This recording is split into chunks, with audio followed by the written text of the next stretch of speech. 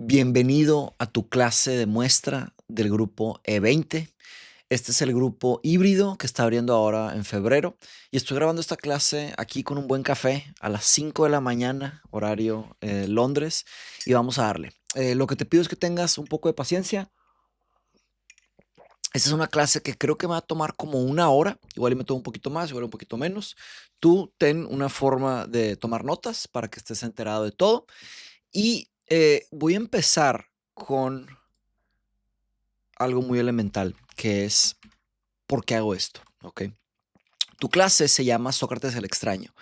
Sócrates el extraño porque pues, fue muy raro. Sócrates fue una persona muy rara. ¿Y por qué Sócrates? Porque Sócrates fue el padre de la ética. Vamos a estudiar ética, que también se conoce como filosofía moral, y parece ser que arrancó con Sócrates. Claro, hay mucho debate sobre esto, pero de la manera en la que conocemos la ética hoy, en cualquier lado del mundo, la filosofía moral, que sería el estudio lógico y sistemático de las mejores formas de vivir, de las mejores formas de actuar, de las mejores formas de ser, el estudio de la acción, el estudio del carácter, el estudio de las razones para actuar, eso sí empezó en Grecia y con Sócrates. Entonces, eh, estoy haciendo un formato aquí nuevo y vamos a pasar a la presentación. Muy bien, ahí está. Perfecto. Ok, entonces arrancamos. ¿Por qué hago esto? Eh, Hay dos formas de responder esta pregunta, ¿no? La primera es ¿por qué hago esto? Me refiero a la enseñanza de la filosofía, porque hago esto en Mindshop y enseño filosofía de la manera en la que lo enseño. Y la respuesta es porque he encontrado un tipo de talento, un tipo de hogar, un tipo de manera de ser adentro de esto que se llama enseñanza filosófica. Aquí encontré lo que se llama en griego eudaimonía, que sería pues mis más elevadas capacidades. Yo la verdad aquí encontré un hogar, además de encontrar un trabajo, y yo pienso que pues, dar clases y enseñar aquí con ustedes y tener Mindshop y desarrollar Mindshop, que ahora se está convirtiendo en una fundación, que les platicaré, es algo realmente en donde puedo ser mi mejor versión y puedo darles lo mejor de mí. Entonces, por eso hago esto. Pero ¿por qué enseño filosofía moral? Porque la pregunta la puedo aplicar al contexto en el que estamos, ¿no? ¿Por qué enseño filosofía moral? Déjeme solo revisar aquí que esté todo en orden, ¿sí? ¿Por qué enseño filosofía moral? Porque estamos en una crisis. Esto me queda claro. Tal vez siempre hemos estado en una crisis. La manera en la que actuamos los seres humanos a veces es confusa, a veces es pasional, a veces es oscura, a veces nos obligan, a veces nos engañan. Entonces creo que la forma en la que está el mundo, si abres las noticias, ves el periódico, vas a ver un mundo de confusión. No vas a ver en realidad claridad eh, si te pones a pensar seriamente las cosas, ¿no? Como, y luego te vas a tu vida y dices, oye, ¿cómo voy a actuar yo? Y pues es muy difícil, no es muy obvio. La verdad es que no nos enseñan a pensar racionalmente sobre cómo vivir, solamente nos avientan al mundo y nos dicen, vive, o ni nos dicen nada, nada más sales al mundo.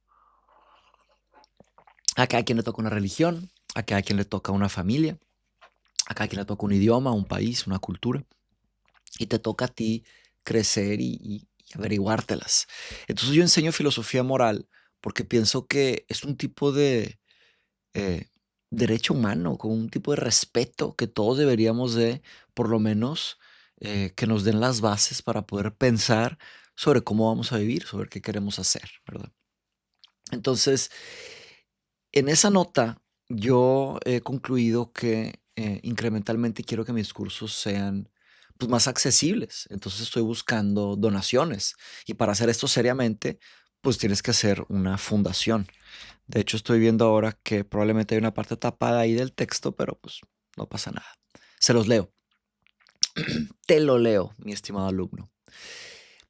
Estoy aquí para recordarte lo que una mente libre puede hacer. Yo quiero liberar tu mente. La historia de la humanidad ha sido una historia de control. Pienso que los dueños del mundo no quieren que aprendas a pensar, no quieren que aprendas a vivir. Esto no se me hace una teoría de conspiración porque podemos encontrar evidencia en cualquier sistema. Si piensas con cuidado en cualquier sistema, te vas a ver que sistema me refiero no solo a sistemas digitales, sino que sistemas sociales, culturales, políticos, educativos, cualquier tipo de sistema, verás que son sistemas de control. Pero especialmente el educativo veo que es así, porque no nos enseñan a pensar, nos enseñan simplemente a memorizar y simplemente responder, ¿verdad? Como les gustaría. Aplauden lo que sí les gusta y censuran lo que no les gusta que digas. Quieren que creamos que el mejor y más fácil vivir, es mejor y más fácil vivir una vida sin pensar. Yo estoy completamente en desacuerdo, ¿no? Para mí una vida sin pensar, una vida de ignorancia es una prisión. Te metes en mil problemas, te caes en todos los pozos. Tristemente mucha gente se la ha creído. Mucha gente se ha creído que es más fácil, más bonito, más divertido vivir sin pensar. Es peligrosísimo vivir sin pensar, especialmente sobre el tema de nosotros, el de la filosofía moral. Pensar sobre cómo actuar, pensar sobre cómo vivir. Yo quiero hacer exactamente lo contrario. Yo quiero que pienses por ti mismo. Ahora, si pudieras platicar con alguna máquina o algún experimento o algo, si pudieras hablar 10 minutos con el joven que yo era a mis 20, nunca te imaginarías que me convertiría en el adulto que soy hoy en día. No veo por qué esto no puede pasar con millones o quién sabe, miles de millones de jóvenes y adultos. ¿Por qué no, verdad? Yo me dedico a enseñarle a cualquier persona de cualquier edad, personas que estaban o están tan confundidas y distraídas como yo estaba a mis 20. Yo no creo que tenga nada especial, solo tuve un poco de suerte y me di cuenta de algunas cosas tarde, creo. Algunos dirán que temprano, pero yo pienso que me di cuenta de algunas cosas tarde y decidí hacer cambios. Fui valiente. Ahora te pregunto, mi estimado alumno, ¿cómo sería México si algo así pasara con millones de personas? O Latinoamérica, o el mundo. ¿Cómo sería avanzar en 10 años lo que no hemos avanzado en 100 años? Estoy hablando sobre un tipo de revolución intelectual, un tipo de revolución moral, un tipo de revolución cognitiva. Eso es lo que quiero hacer, es lo que estoy haciendo, paso a paso, día tras día, mes tras mes. Llevamos 5 años, vamos a cumplir 6 ahorita en abril y juntos estamos haciendo algo enorme por el futuro de nuestra especie, no solo de nuestra cultura, nuestra nación. Nos vamos a dedicar más que nunca y vamos a ser más valientes que nunca. Aquí Lara ya me dio la señal para... ¿Tienes un perrito? No sé si se alcance a ver aquí, Lara. Ok, siempre quiere que la recoja. Te presento Mindshop AC. Este año es el año en que nos convertimos en una AC. Estamos en trámites legales, pero ya que seamos una fundación, pues vamos a lograr hacer mucho más impacto. Entonces, las aportaciones que hagan al estudiar con nosotros, pues van a ir a un fondo y todo esto va a generar más y más becas y más impacto. En fin, nada más quería comentar esto. Ahora, pienso que al estudiar un curso, tú debes de estar bien informado, debes de ser como dice Chomsky, ¿no? Sobre una economía saludable, dice que debemos de ser consumidores bien informados tomando decisiones racionales. Entonces lo que voy a hacer es lo siguiente. Te voy a explicar el precio, ¿ok? Cuánto cuesta mi curso y te voy a explicar qué es el curso. Dos cosas importantísimas, ¿verdad? Y tercero, te voy a dar una clase gratis aquí. Sócrates el extraño, vamos a hablar de Sócrates, la historia de la filosofía moral y los campos, los subcampos de la disciplina de la filosofía moral. ¿Para qué? Para que entiendas cómo trabajo. Entonces vas a tener el precio, vas a tener qué es el curso, que incluye obviamente, y vas a tener una muestra de mi trabajo. Todo se maneja a través de Miriam o a través de nuestra página de internet. O sea, anota este teléfono, es mexicano, 52, ¿verdad? Es WhatsApp y ahí platicas con Miriam directamente. Nuestra página es mindshop.café, la página web, o mateusrosarin.com. Ahí también tienes encuentros todo. Importante, todas las clases que yo les dé y las mesas redondas las voy a grabar. Las voy a grabar las dos. Las clases van a ser pregrabadas y te las mando.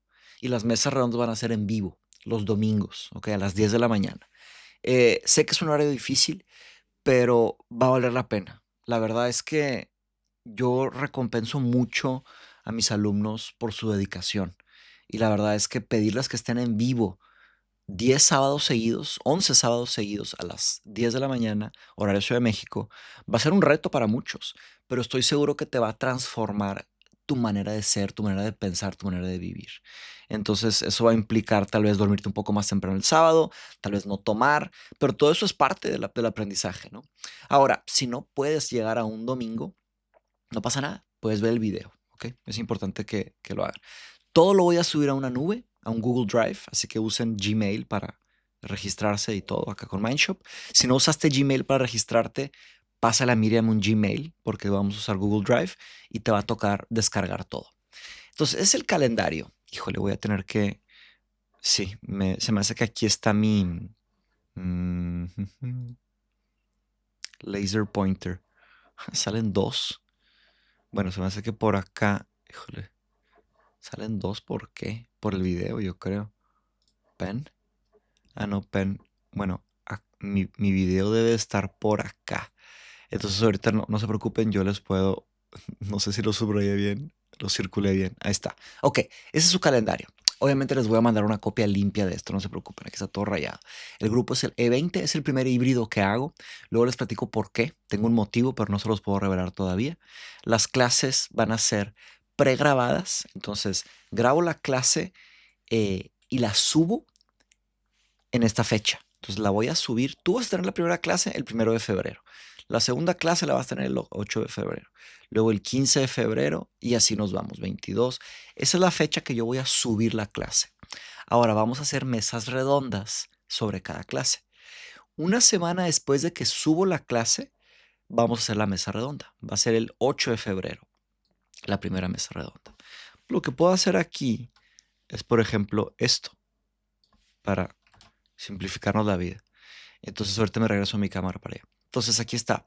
1 de febrero la clase la subo, 8 de febrero la mesa redonda. 8 de febrero es la clase 2, ¿verdad? La subo, o sea, la voy a subir. Y el 15 de febrero es la mesa redonda. Y así nos vamos, ¿ok? Así hasta abril.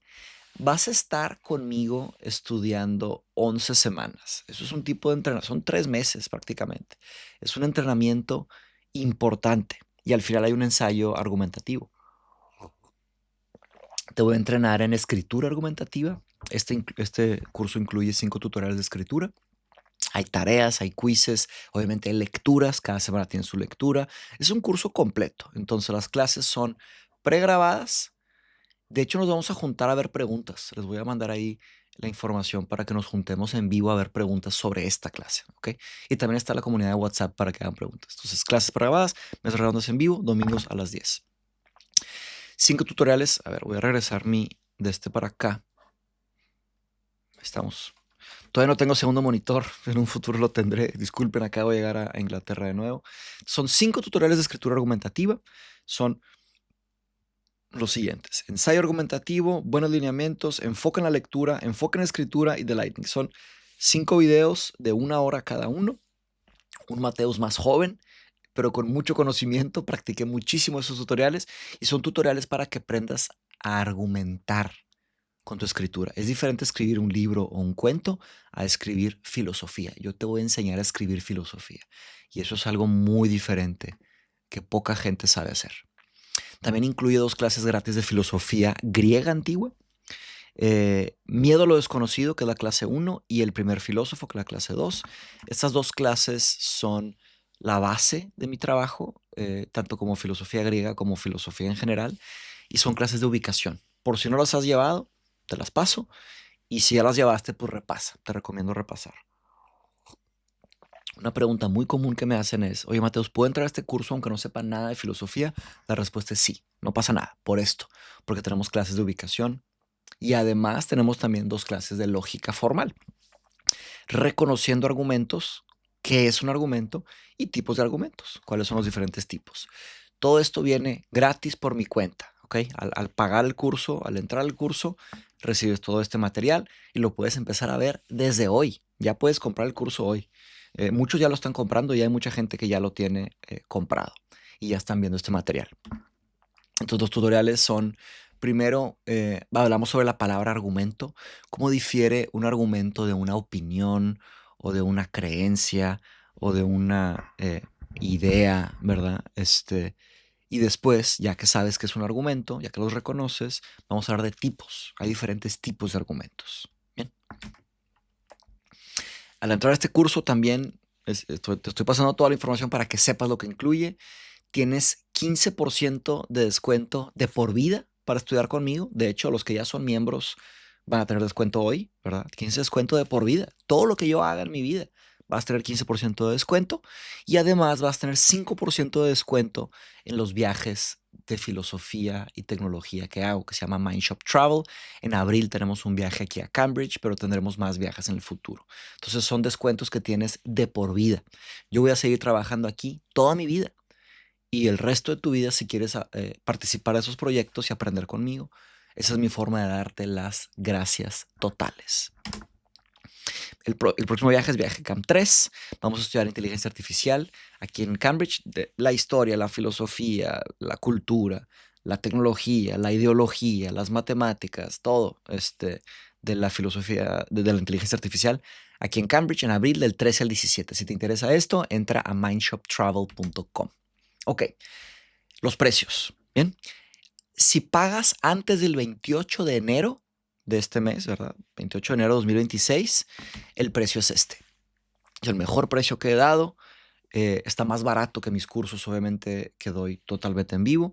Eso es un curso híbrido. Entonces, son 275 pesos o 141 dólares. Esto lo ves directamente con Miriam, con el teléfono que te pasé. ¿Ok? Antes del 28 de enero. Después del 28 de enero, pagas más caro y tienes menos tiempo, ¿verdad? Porque empezamos el 1 de febrero. Eso también lo doy para incentivar a que reserven su lugar antes y ya se pongan a ver el material antes, porque serán mejores alumnos si ven el material antes. Pero en fin, si te tardas mucho y lo haces a última hora, pagas hasta después del 28 de enero y es 2.450 pesos o 151 dólares. También tenemos meses sin intereses. En este curso hay meses sin intereses. Ahora, para que disfrutes de los meses sin intereses, el precio es este, ¿ok? Pídele a Miriam, puedes pagar meses sin intereses desde ya, si quieres. Creo que está a 3 o 6 meses sin intereses y lo puedes pagar con tarjetas mexicanas solamente. Tarjetas mexicanas puedes pagar meses sin intereses, ¿ok? Puedes pagar con tu tarjeta de crédito por PayPal, si prefieres. Haces tu PayPal, pones tarjeta de crédito y pagas en dólares. Si ya eres miembro, te sale más barato. Si eres miembro de Mindshop, el pago completo es de 2.060 pesos o 128 dólares. Recuerden, los miembros de Mindshop tienen descuento de por vida, ¿ok? Sale más barato. Y tengo otro descuento. Si acabas de estudiar conmigo, si estuviste en el AE10 de estética, o el AE1 de estética, o el HP34 de filosofía griega, o el HP35 de filosofía griega antigua, te sale más barato todavía. El precio es 1.925 pesos o 115 dólares. ¿Ok? Entonces, ahí está. Son los precios, son los descuentos. Ahora también tenemos meses sin intereses. Solo pregúntenle a Miriam. Dígale, Miriam, quiero entrar al grupo E20, quiero meses sin intereses. ¿Ok? Aquí en la descripción del video y en los comentarios voy a poner los links importantes para que no se te pase nada. Entonces esto es grupo E20 híbrido. El correo que vamos a usar para estudiar juntos es este de aquí. Aquí es el número de grupo, mindshop.tales@gmail.com. Las mesas redondas son en vivo. La primera mesa es el sábado 8 de febrero. Clases tutoriales pregrabados. ¿Ok? Em, Hablen por WhatsApp. Y tenemos un grupo de WhatsApp ya de los pagados, el grupo de los pagados. Ya que paguen, los metemos al grupo. Revisen su correo electrónico. Ok, empezamos con la clase. ¿Por qué estudiar filosofía moral? Te preguntas. Te doy un motivo. Porque te vas a morir. Discúlpame romperte las noticias, ¿verdad? O decirte la verdad. Te vas a morir, mi estimado alumno. Yo también me voy a morir. Lara se va a morir. Mi hija se va a morir. Mi esposa, todos nos vamos a morir. El hecho de que la vida no sea infinita se me hace un motivo gigantesco para estudiar filosofía moral. ¿Por qué? Porque la filosofía moral se trata de cómo pensar sobre cómo vivir. Entonces, tú vas a tener que tomar muchísimas decisiones en tu vida y ya está. No te puedes escapar de las decisiones, las tienes que tomar. Claro, no tomar una decisión es una decisión, pero tienes que vivir, no hay de otra. Y te va a tocar sufrir, te va a tocar reírte, te va a tocar mil cosas. Ahora, la calidad de tus decisiones, la calidad de tus acciones. ¿Qué tanto has pensado sobre eso? ¿Qué tantas teorías tienes para eso? Entonces, el hecho de que se nos está acabando el tiempo. Entonces, mientras más calidad en las decisiones que tomes, mejor va a ser tu vida. Atención, no estoy hablando de hacerte millonario, aunque puede ser, ¿verdad? No estoy hablando de que te hagas famoso, aunque puede ser. No estoy hablando de que te hagas, eh, te llenes de placeres, aunque puede ser. Me refiero a cómo quieres vivir tu vida. Tampoco estoy diciendo que puede ser lo que sea. No puede ser lo que sea. Cada quien puede ser un tipo de cosa debido a las limitaciones y lo que nos toca hacer, y nuestra suerte, y nuestra genética, y la cultura, y las limitaciones materiales y todo, ¿verdad? Pero dentro de tus posibilidades, ¿qué cosa, qué tipo de ser quieres ser? ¿Qué tipo de vida quieres? Dentro de las limitantes que te tocaron, ¿verdad? Entonces la filosofía moral te va a ayudar a dar un respiro y empezar a pensar sobre cómo has vivido, cómo estás viviendo y cómo quieres vivir. Esto lo vamos a hacer, no lo vamos a hacer solos, lo vamos a hacer a través de una larga lista de pensadores, ¿verdad? Ese es un cuadro de William Bouguereau, un francés que el cuadro se llama es de Dante Alighieri. Aquí están luchando en el infierno un notario público y híjole, ¿qué era el otro? Era un notario público. A ver, deme un segundo. Quiero decírselos bien esto para que lo tengan. Aquí lo tengo en un segundito. Sí. Y un hereje. Sí. Interesante que se me olvidó. Pero en fin. Vamos aquí. Mm, Déjenme hago esto un poco más chico. Disculpen las fallas técnicas. Esto es edición en vivo. Live editing. Ahí está. Ok. Muy bien. Solo para saber si estamos grabando bien. Un hereje y un notario público. ¿Por qué un hereje y un notario público? Pues hay que meternos a la historia del arte, ¿verdad? De Bouguereau.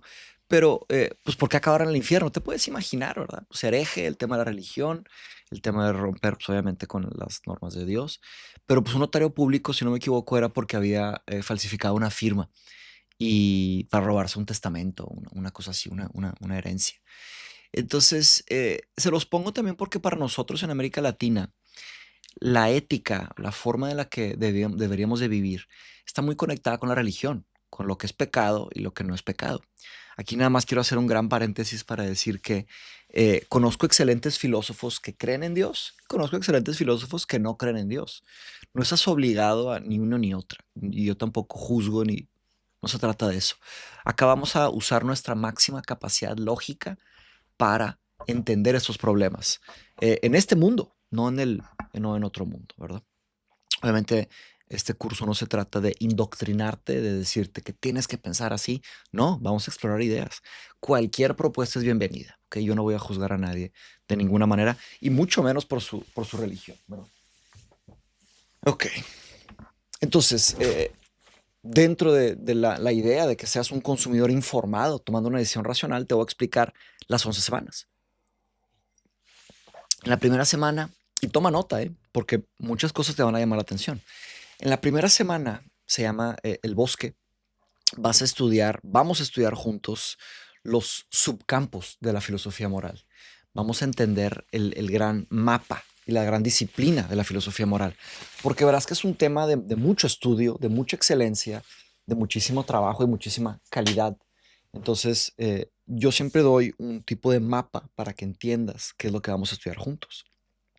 En la semana 2 vamos a estudiar el tema de la muerte. Vamos a estudiar Epicuro, fue uno de los primeros grandes filósofos que estudiaron el tema de la muerte, y vamos a ver el fin de la vida. vamos a estudiar la tesis del daño juntos. En la semana 3 vamos a ver a Tomás de Aquino, que fue un teólogo y filósofo, y vamos a ver cómo él distingue eh, qué es y hasta dónde llega la filosofía, qué es y hasta dónde llega la teología. Una clase fascinante y muy fascinante para nosotros latinoamericanos, ¿verdad? Que tenemos fuerte la religión católica en nuestras vidas y en nuestras familias, ¿verdad? En la semana 4, aunque haya gente que no cree en Dios, probablemente tiene una ética católica, nos guste o no, ¿verdad? Así nos educaron a muchos. Semana 4, David Hume y las pasiones. De hecho, toca esta clase con Roberto. Vamos a grabar en enero, finales de enero, y va a salir en febrero por ahí. Semana 4, David Hume y las pasiones. Vamos a estudiar a este filósofo británico, no, perdón, escocés, el de Edimburgo, David Hume, y vamos a estudiar su sentimentalismo, cómo él piensa que básicamente hacemos lo que sentimos o lo que queremos, no lo que sabemos. Y eso tiene consecuencias, pero es una clase también muy interesante que como que te abre la cabeza en muchas cosas. La semana 5 se empieza a poner más difícil, vamos a estudiar a Kant. Sí, aunque no hayas estudiado nada de filosofía, te voy a dar una introducción a Kant. Kant, el idealista, pero le llamo el idealista no porque sea un idealista filosófico como Platón, ¿verdad? El idealismo es una idea metafísica, ¿no? Yo le llamo a Kant un idealista en el sentido de lo que lo usamos coloquialmente, como en el día a día, ¿no? Como le dices a un amigo, oye, ¿qué idealista eres, verdad? ¿Cómo sueñas? Y lo digo por el imperativo categórico, ¿no? El imperativo categórico de Kant. Una vez que lo entiendes y te lo tomas en serio, dices, uff, es bien difícil vivir así.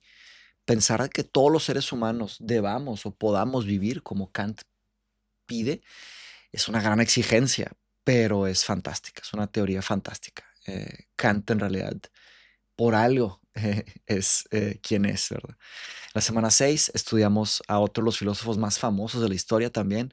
Hay gente que lo odia, hay gente que lo ama. Yo te invito a que no tomes ninguna postura. Me refiero, por supuesto, a Marx, Karl Marx.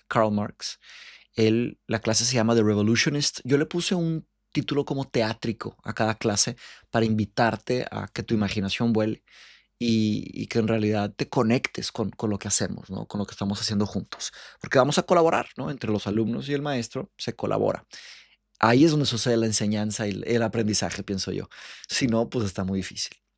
Entonces, en fin, la semana 6 estudiamos a Marx con su materialismo histórico y también vamos a estudiar la alienación del trabajador en 4 formas, cómo estamos alienados por culpa del capitalismo según Marx. En la semana 7 vamos a estudiar a Nietzsche y decidí escoger pues, una idea trascendental de Nietzsche, que es la muerte de Dios, una idea muy importante que pienso que todos deberíamos de entender. Y obviamente les voy a dar una introducción de todo, ¿verdad? Vamos a ver, cada clase tiene su introducción, su matiz, explica un poco la vida del filósofo. Especialmente en filosofía moral, es más importante que sepas un poco de la vida de cada filósofo. Se aprende muchísimo. Yo he aprendido muchísimo en mi vida al estudiar biografías, entonces me fascina, me apasiona, además de la historia, la biografía y la filosofía. Entonces, en la semana 8 estudiamos el colectivo. El colectivo es la clase de Ayn Rand, es un nombre irónico porque ella no era una colectivista, ella era más bien una egoísta ética. También a ella hay gente que la odia, hay gente que la ama, muy poca gente la toma en serio a nivel académico, pero la verdad es que Ayn Rand le cambió la vida y le transformó la mente a millones de personas. Entonces, pienso que no tenemos el lujo de ignorarla, tenemos que entender su trabajo. Lo mucho se puede decir lo mismo de muchos filósofos de esta lista, ¿verdad? En la semana 9 vamos a estudiar a Simone de Beauvoir, la existencialista. Ella fue una filósofa francesa del siglo XX, perdón, sí, el siglo XIX, discúlpeme, del siglo XIX. Y básicamente ella pues, tiene mucho que enseñarnos, ¿no? No solo con el feminismo, sino que también con el existencialismo. En la semana 10 estudiamos a Derek Parfit, el eticista. Derek Parfit fue un filósofo increíblemente famoso a nivel académico, no famoso en Twitter o en Instagram. eh, Mucho que aprender de Parfit. Vamos a estudiar la ética de población. Y cerramos la semana 11 con broche de oro con Peter Singer, filósofo vivo y activo, que escribe sobre la liberación de los animales. Filósofo muy controversial también, muy, muy controversial. En fin, la ética de los animales, tal vez no debería poner un elefante ahí, se trata de cualquier animal y verán lo importante que es y lo raro que hemos sido con los animales y somos hasta la fecha con los animales.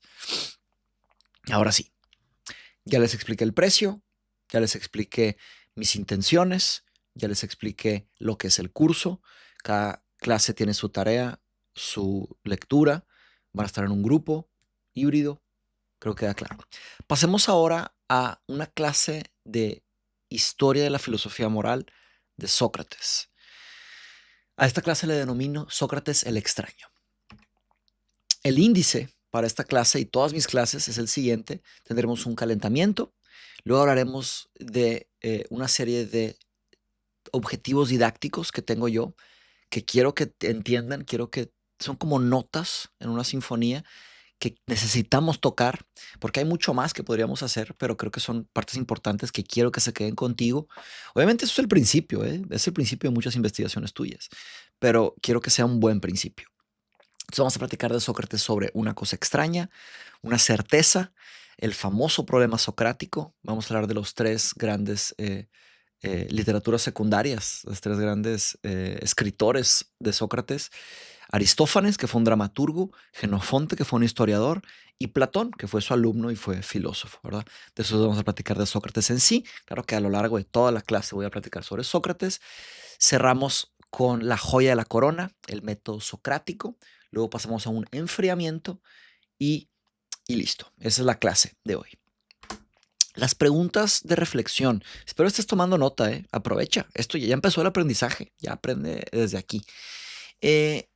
Estas preguntas no son tarea ni nada, son preguntas de reflexión que las he empezado a incorporar a mis clases, que son preguntas para que te lleves a una caminata o a un día que quieras meditar, ¿verdad? Que quieras pensar, meditar filosóficamente, no meditar de otra manera. Porque meditar de otra manera no piensas en nada, esa es la idea. O si un día te quedas despierto en la noche, puedes pensar sobre esto en vez de preocuparte o angustiarte sobre la vida.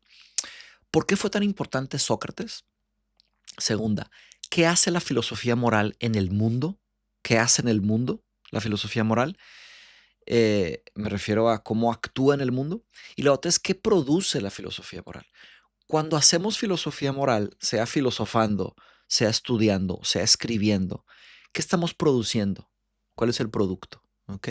Entonces, la diferencia entre la pregunta 2 y la 3, la pregunta 2 es cómo es la parte aplicada en el mundo, en los colectivos, en las culturas de la filosofía moral. Y la otra es cuando tú haces filosofía moral, ¿qué produces? Bien, para que lo distingas a nivel individual, a nivel colectivo. El calentamiento, que son estas frases que yo uso para detonar el pensamiento, son frases a veces famosas, a veces no. Hoy toco una frase muy famosa. La vida no examinada no merece ser vivida. Esta frase se atribuye a Sócrates y parece ser, no parece ser, está en la Apología de Sócrates escrita por Platón. Ahora, ya estudiaremos a Platón en la clase, no hay clase de Platón, pero ya platicaremos de Platón cuando quieran. En cualquier mesa redonda podemos platicar de Platón, pero Platón utiliza a Sócrates como un personaje en sus diálogos, se llaman diálogos platónicos, ¿verdad? No, perdón, hay quien le dicen diálogos platónicos, pero no es lo correcto. Lo correcto es decir diálogos socráticos escritos por Platón.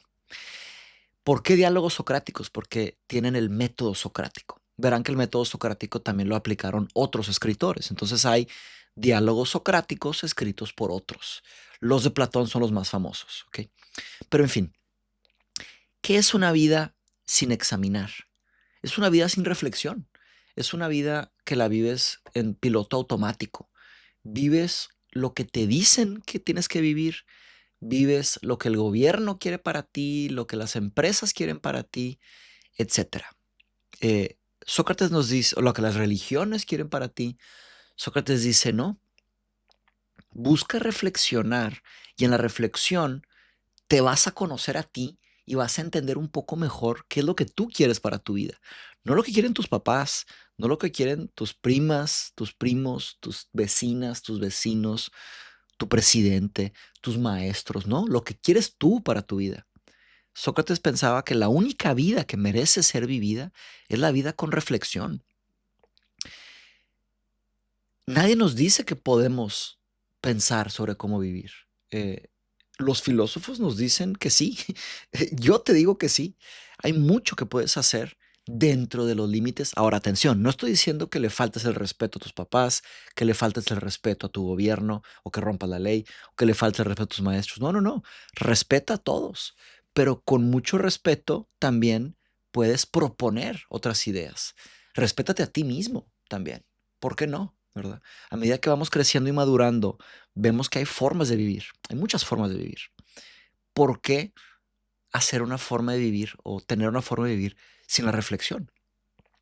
La filosofía, hasta antes de Sócrates, me refiero a filosofía presocrática y griega. Sí hay otras filosofías, pero el concepto de filosofía viene de los griegos. La palabra filosofía es una palabra griega. Entonces los griegos fueron los que desarrollaron este concepto hasta sus máximas expresiones. Ahora, ya que lo entendimos, podemos ver este concepto en otras culturas, ¿verdad? Pero los griegos llegaron muy, muy lejos, muy, muy rápido y hace muchísimo tiempo. Entonces, en fin, debemos mucho a los griegos, ¿no? Hasta los asiáticos, los africanos, los latinoamericanos, los europeos, todos debemos mucho a los griegos porque ellos desarrollaron muchas ideas muy refinadas. No sé cómo le hicieron. Muchas ideas matemáticas, políticas, históricas, obviamente académicas, filosóficas, sociales, psicológicas, eh, de felicidad, de sufrimiento. Hay muchísimo que aprender de ellos. Pero en fin, antes de Sócrates, lo que se hacía básicamente era metafísica y epistemología. Luego platicaremos sobre eso también si quieren. En las clases gratis de filosofía griega van a entender eso. Pero Sócrates es el que, como lo dijo el poeta romano Cicerón, tomó la filosofía de los cielos y se la trajo a nuestras casas. ¿A qué se refiere con esto el poeta? Se refiere a que Sócrates dijo, bien, bien, bien, todas esas ideas que tienen sobre cómo, qué es la realidad y que si somos libres y qué es conocimiento, vamos a usar esas ideas para vivir bien, eh, para actuar, para examinarnos, para ser, ¿no? Para desarrollar tu carácter. Eso es filosofía moral. Por eso se considera a Sócrates como el padre de la filosofía moral. Ahora, yo no solo enseño filosofía, sino que yo también enseño historia. Yo enseño historia de la filosofía. Aquí conmigo tú vas a estudiar historia de la filosofía moral.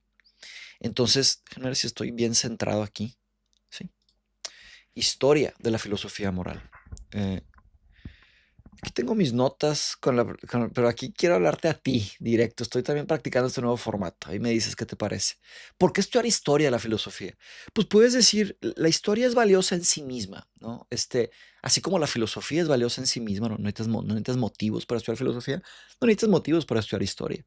Es valiosa porque sí, porque es, pues, el transcurrir del tiempo de nuestra especie. Eh, otro motivo importante de estudiar historia de la historia de la filosofía, ¿verdad? La historia del pensamiento, la historia de cómo pensamos sobre una serie de problemas. La otra es que es filosóficamente esclarecedora. Aquellos que solo estudian filosofía y ya, se están perdiendo un mundo de cosas que en realidad se te pueden estar escapando entre los dedos. Si estudias la historia de la filosofía moral, vas a ver cómo la filosofía moral fue cambiando a través de culturas, guerras, naciones, ideas, a través del tiempo. Te enseña más filosofía, estudiar muchas filosofías a través de la historia. Entonces, más filosofía, mejor. Otra, vas a pensar mejor sobre cómo actuar. Al estudiar la historia de la filosofía, vas a estudiar un mundo de vidas de pensadores que tuvieron que decidir cómo vivir. Entonces, comparas estas vidas, comparas estas culturas con la tuya todo el tiempo, como un espejo. Entonces vas a actuar mejor. Otra, practicas lógica, porque es una lógica histórica. no es solamente pensar, oye, ¿qué pensó este pensador o qué quiso decir con esto? Sino que es, ¿qué pensó en su época? Y es un ejercicio lógico increíble. Tienes que tener mucha flexibilidad cognitiva para brincarte de época en época, de cultura en cultura. Otra, pienso yo que vives mejor. Pienso que vives mejor porque el producto del estudio de la historia y la filosofía es en gran medida una energía, te da una inspiración, te da unas ganas, porque te das cuenta, esto me pasó a mí, me sigue pasando todo el tiempo, te das cuenta que hay gente que ha hecho cosas increíbles con su pensamiento, con su escritura, con su parte oral, con su voz, ¿verdad? Con su escucha. Y dices, oye, quiero vivir mejor, quiero vivir una mejor vida, quiero hacer cosas más increíbles. Es increíble, es como un tipo de fuego, un tipo de flama que he entendido y no he parado de compartir desde que la entendí. Creo que sabes a lo que me refiero. Y lo otro es que expande tu entendimiento. Se dice que la filosofía te ayuda a profundizar y a entender ciertas cosas. La historia te expande tu entendimiento. Digamos que con la filosofía encuentras profundidad y con la historia expandes esa profundidad, te da amplitud. Por eso me fascina la historia.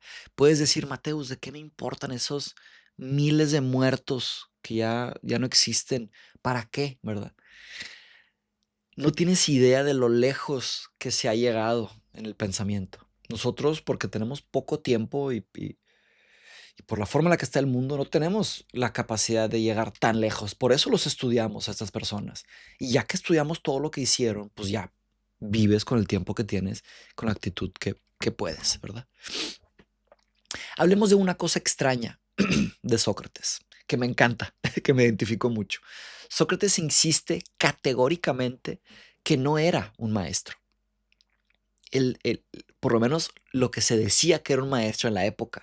Yo argumento que él era un verdadero maestro, no era un maestro como se dice en esa época o como se dice hoy. Curiosamente, los maestros en esa época eran como hoy, eran como, pensaban que los alumnos eran como, pues, tazas vacías. Entonces el maestro es un tipo de contenedor que viene y te pone conocimiento y tú te vas con una taza llena, ¿verdad? Vienes así, te dan, no sé si se ve, pero te dan el conocimiento y te vas. En las escuelas así es, en muchos lugares así. Él no era un transmisor de información y yo no me veo como un transmisor de información. Más bien que tú debes de recibir pasivamente. Por eso vamos a tener las mesas redondas en vivo, por eso voy a tomar sus preguntas también. Entonces, eh, yo me copio de Sócrates, la verdad, no es una idea mía, pero ya que la entendí la idea de Sócrates, me copio, porque yo no quiero ser un tipo de contenedor que te pasa un contenido. También por eso me molesta mucho el tema de los creadores de contenido, igual y por eso me molesta tanto, porque yo pienso que para que suceda el aprendizaje tiene que haber fricción, tiene que haber crítica, tiene que haber contraargumento, con mucho respeto. No se trata de humillar, no se trata de abusar, no se trata de presumir, quién sabe más. No, no, no. Se trata de aprender. Y para aprender hay que preguntar, hay que cuestionar, hay que tomar notas, se necesita fricción, ¿verdad? Entonces, por eso mis mesas redondas, ¿no? Entonces, los jóvenes acabaron imitando a Sócrates, pero a veces los jóvenes, como no tenían el tacto o el conocimiento de Sócrates, iban y trataban de utilizar el método socrático con gente, políticos o famosos, etcétera. Entonces, pues se metían en problemas. Los jóvenes y luego Sócrates. Por si no saben la historia de Sócrates, él acabó con muchos problemas.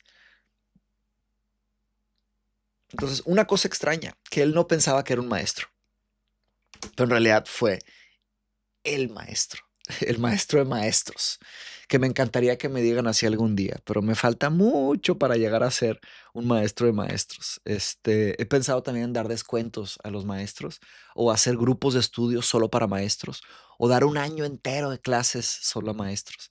En fin, eh, hay que tener ambiciones en la vida, hay que tener ambiciones en la vida. Primero mi doctorado, pero en fin, una certeza. Hablamos de una cosa extraña, ahora hablemos de una certeza. Incluso entre la gente que conoció a Sócrates había un desacuerdo. La gente no estaba de acuerdo. Unos decían que era una cosa, unos decían que era otra. Y es raro eso, ¿no?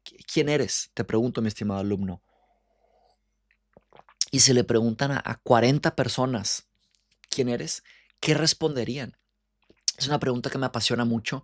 De hecho, por eso tal vez hice mi documental. Estoy produciendo un documental sobre un poco de mi vida. Sale ahorita, si todo sale bien, sale en enero. Se va a llamar Sangre y Suerte, como mi libro, como este, como Sangre y Suerte y como mi podcast. Eh, pero entrevisté a muchos seres queridos y la pregunta es quién eres, ¿no?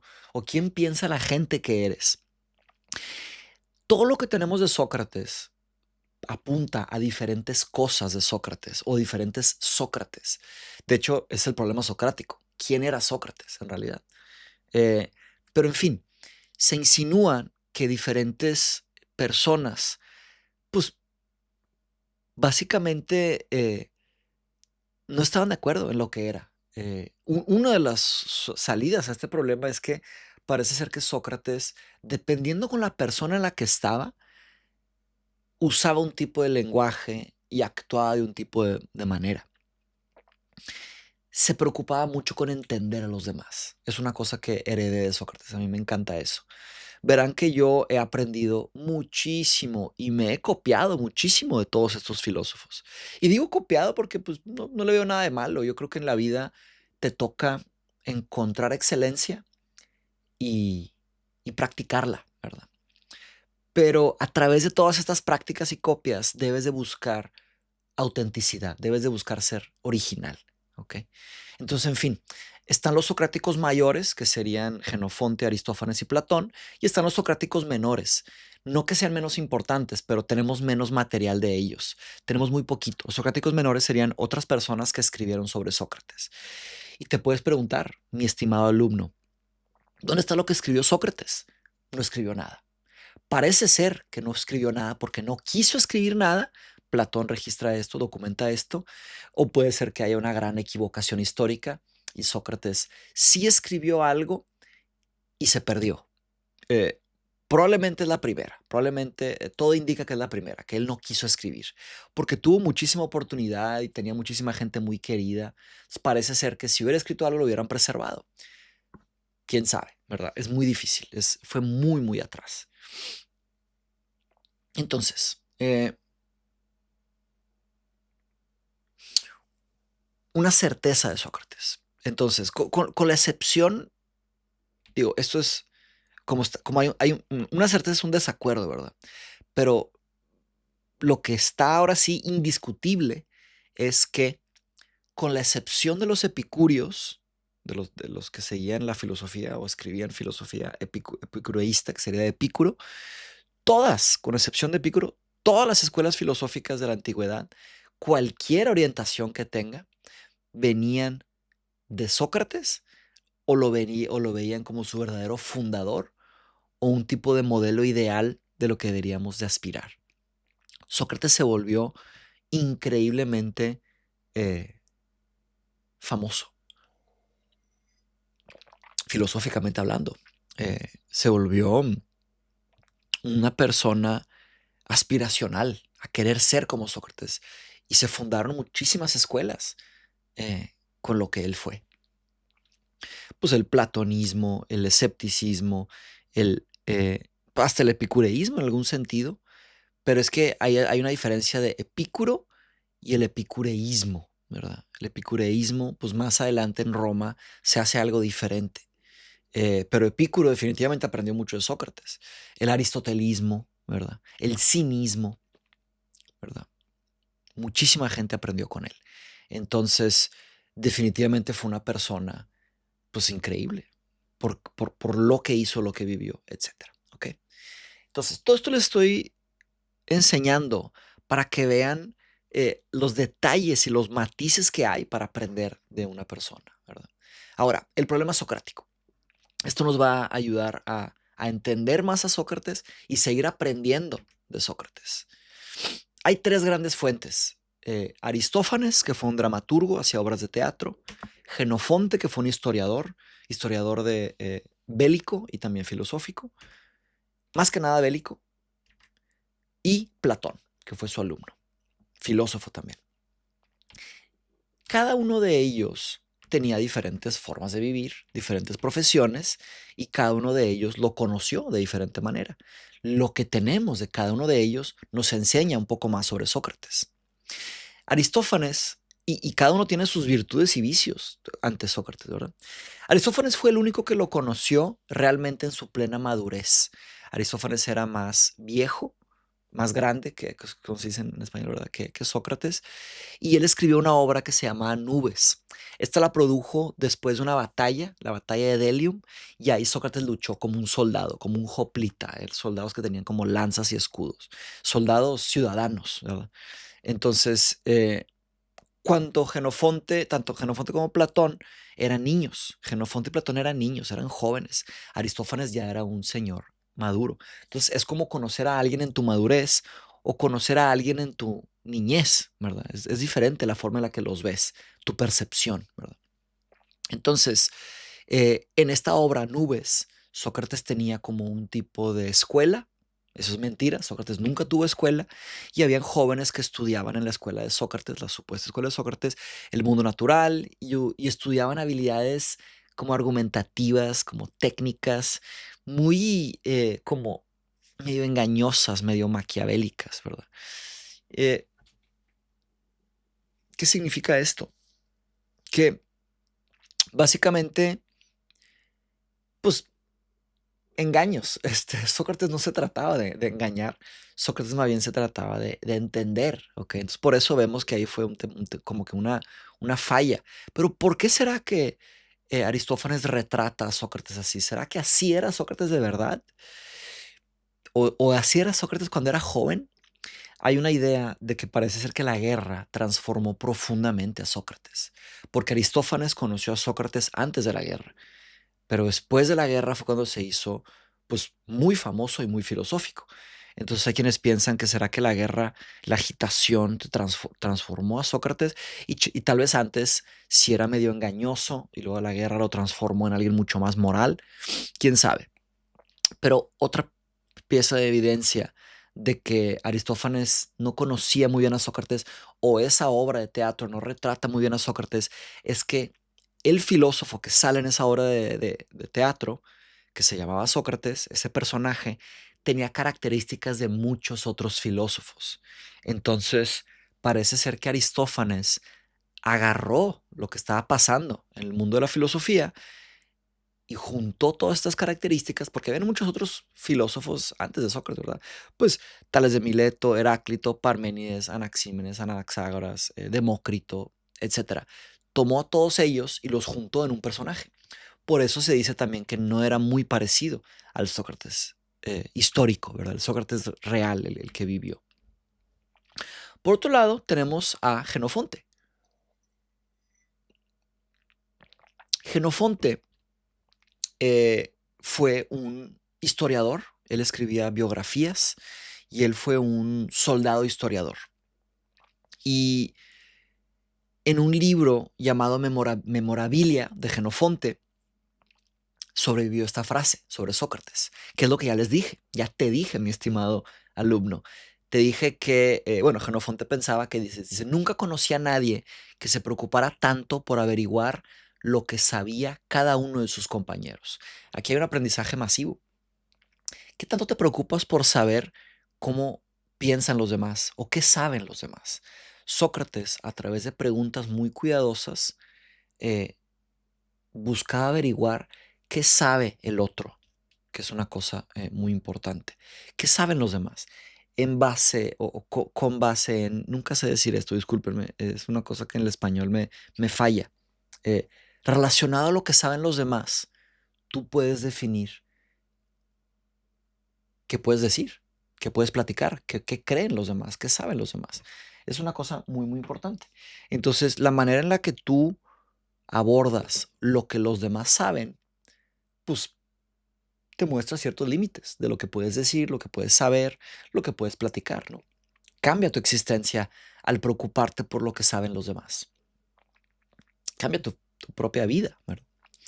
Si es que decides preocuparte por lo que saben los demás. Parece ser que a Sócrates le preocupaba muchísimo lo que saben y no saben los demás. Entonces, algo que fortalece el testimonio de Genofonte es que él era un historiador. Entonces, su Helénica, su historia de Grecia, es una muy buena fuente, es de las principales fuentes para estudiar la historia del periodo. Entonces, pues era un gran historiador. Entonces, lo que escribe Jenofonte, pues, pues sí se respeta. Pero hay dos detalles problemáticos de lo que escribe Jenofonte. Primero, que Jenofonte pone a Sócrates como alguien muy poco impresionante. Y eso está raro, hay como que un conflicto. Si es verdad que fue muy poco impresionante Sócrates, ¿por qué inspiró a tanta gente, a millones? Hay algo que no cuadra ahí. Jenofonte vivía lejos de Atenas, no vivía, entonces eso es lo otro, que Jenofonte vivía 15 kilómetros lejos de Atenas, entonces, y estaba muy interesado en caballos, entonces, y en guerra, no está exactamente interesado en la filosofía. Entonces, pues no tuvo tantas horas con Sócrates como otros. Eso significa que tal vez no tenga el máximo, mayor testimonio o autoridad para realmente conocer a, a Sócrates. Pregúntense eso. Por ejemplo, las redes sociales. ¿A quiénes piensan que ustedes conocen en las redes sociales? Es una cosa lo que se ve en redes sociales y es otra cosa lo que la persona es. ¿Realmente sabes quién es esa persona? ¿O solo ves lo editado que está ahí? ¿Verdad? Cuidado. En fin, esas dos cosas debilitan el testimonio de Jenofonte. Ahora, Platón, pues se defiende el testimonio de Platón por muchos motivos. Primero, era filósofo, entonces conocía a Sócrates filosóficamente. Los tipos de conversaciones que pudieron haber tenido Platón y Sócrates, porque también Platón estuvo muchos años con Sócrates desde muy joven hasta cierta edad y luego ya fallece Sócrates, son muy diferentes. Hay un tipo de acceso privilegiado por el simple hecho de ser filósofo, ¿no? Ahora, atención, Platón tenía como 25 años cuando Sócrates fue juzgado y ejecutado. Entonces, lo conoció ya cuando Sócrates era grande. Eh, pero después, el resto de la vida de Platón se dedicó a estudiar filosofía y a enseñar filosofía y a preservar filosofía. Entonces, Platón, a diferencia de Jenofonte y a diferencia de Aristófanes, dedicó su vida entera a retratar y a estudiar y a criticar y a rechazar todo esto. Entonces, ese es un gran motivo de por qué Platón se considera como la máxima autoridad sobre Sócrates. Ahora hay que tener cuidado. El Platón temprano, si su trabajo se asemeja o es mucho de lo que Sócrates pensaba, y el trabajo tardío de Platón, ahí sí, hay un personaje que se llama Sócrates, pero básicamente es Platón, ¿verdad? Claro que hay matices, pero ese es el problema socrático. El problema socrático es quién fue Sócrates. Al entender todo esto, entendemos cómo vivió, cómo pensaba, cómo actuaba, ¿verdad? Entonces, otra cosa importantísima de Platón es que si tú lees los diálogos socráticos escritos por Platón y te metes a los temas históricos, vas a ver que Platón, todos los nombres, todos los lugares, las relaciones familiares, las amistades, todo eso son increíblemente precisas. Los lugares, todo lo que escribió Platón, por eso ha sobrevivido, porque Platón se preocupaba profundamente con la verdad. ¿Qué es verdad? ¿Qué es mentira? Ya que entiendan la filosofía de Platón, van a entender por qué es muy fácil decir esto. Entonces, Platón realmente tenía un tipo de rechazo por la ilusión, por la mentira, por el engaño. Por eso chocaba tanto con la política. Pero por eso también hizo la filosofía política, que sería la investigación de las mejores explicaciones racionales y filosóficas sobre cuestiones políticas, ¿verdad? Platón sería uno de los padres de la filosofía política, ¿verdad? Pero bueno, en fin, se preocupó con mucha precisión en retratar la vida de Sócrates. Muy bien, ahora pasamos a Sócrates. ¿Qué sabemos de él? Sabemos que no escribió nada, pero cambió para siempre la concepción de la filosofía, con este gran parteaguas. Hay un parteaguas. Por eso Sócrates y los presocráticos, ¿no? Es una clasificación muy fuerte, porque el trabajo sobre cómo vivir, sobre filosofía moral, arranca con Sócrates. Antes se hacía más que nada, pues, metafísica, epistemología, lógica, matemáticas, otras cosas, ¿verdad? Un tipo de filosofía natural, que sería ciencia. Pocos, ¿verdad? Hacían esto. Pero Sócrates cambió todo. Entonces, ¿qué hizo? Te puedes preguntar, oye, ¿cómo cambias la historia de la filosofía sin escribir? Es la vida de Sócrates. Lo que tenemos de él, como ya les comenté, ya te comenté, mi estimado alumno, estoy acostumbrado a hablar en colectivo, pero también te hablo a ti.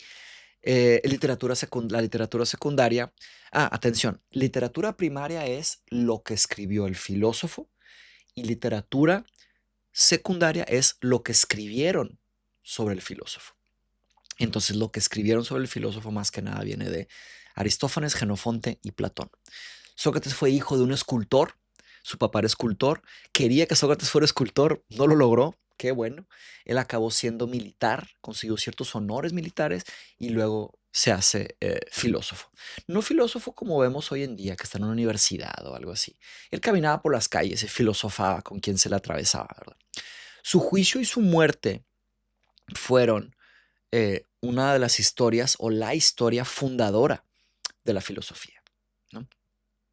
Entonces, él fue un gran ejemplo sobre cómo deberíamos de vivir. Estoy pensando, disculpen que me distraigo, pero estoy pensando en la gran responsabilidad de los que enseñamos filosofía en las redes sociales. Es muy diferente los que enseñan filosofía fuera de las redes y los que enseñan filosofía en las redes sociales. Voy a escribir algo sobre eso. Hay algo ahí enorme, hay una responsabilidad masiva, pero masiva. Déjenme tomar nota. Voy a hacer un video de RIP sobre esto. Disculpen. Se va a llamar La responsabilidad de los intelectuales en las redes. Ahí está. Los intelectuales entre comillas o los intelectuales de verdad, ¿verdad? Y digo la responsabilidad de los intelectuales porque Chomsky escribió un gran artículo sobre la responsabilidad de los intelectuales. Sócrates fue un gran ejemplo de alguien de cómo deberíamos de vivir. Disculpen, ahí tuve que hacer una pequeña pausa porque se levantó mi familia, pero ya aquí estamos de regreso. Entonces, él es una persona que inspiró a millones, y me arriesgo a decir miles de millones hasta la fecha, ¿verdad? Desde que vivió hasta hoy. Como comentamos en unas diapositivas pasadas, vieron que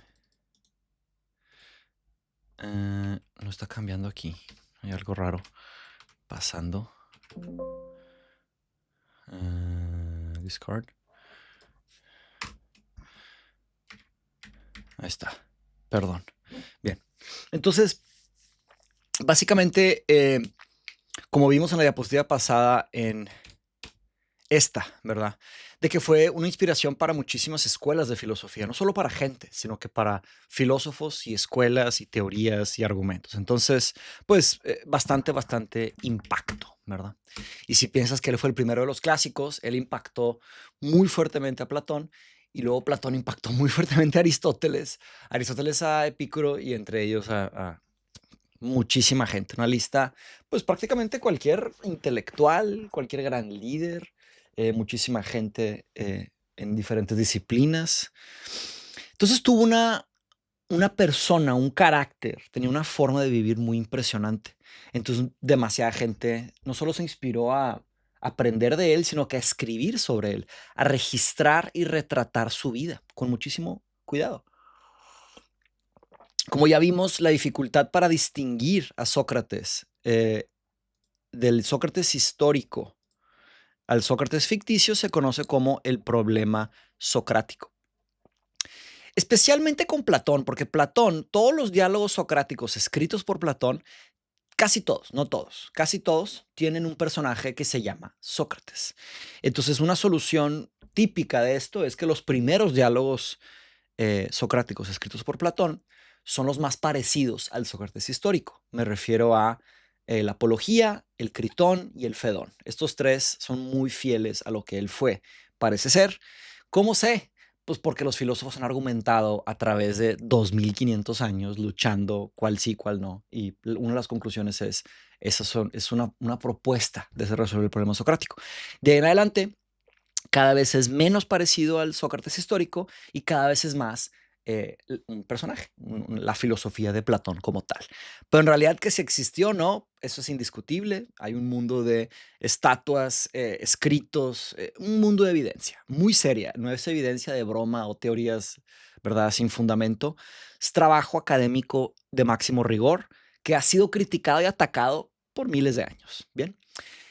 Se le conocía como la mantarraya a Sócrates porque él confundía, picaba y aturdía a sus compañeros de conversación en la desagradable experiencia de darse cuenta de su propia ignorancia. Pero cuidado, no es que él confundía con la intención de confundir. Él, al explicar las cosas de otras maneras, te llevaba a un estado llamado aporía. La aporía es confusión filosófica. La confusión filosófica es como que se levantan muchas piezas, mucho polvo y como que está todo volando y te quedas así hasta de pronto te vas dando cuenta de ciertas cosas y dices, ah, y hay un momento en las conversaciones con Sócrates, en los diálogos socráticos, que te dabas cuenta de tu propia ignorancia, que decías, ah, Sócrates, tenías razón. Pero lo importante es que este estado de aporía, de confusión filosófica, de desagradable a veces, ¿verdad? De darte cuenta de tu ignorancia, se superaba por la curiosidad intelectual.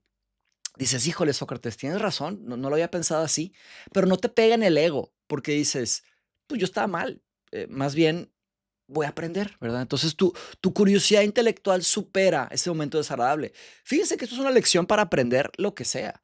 Tú no puedes aprender nada a menos que sufras la vergüenza de la ignorancia. No hay de otra. Y hay un buen título para otro video de RIP que puedo hacer en vivo.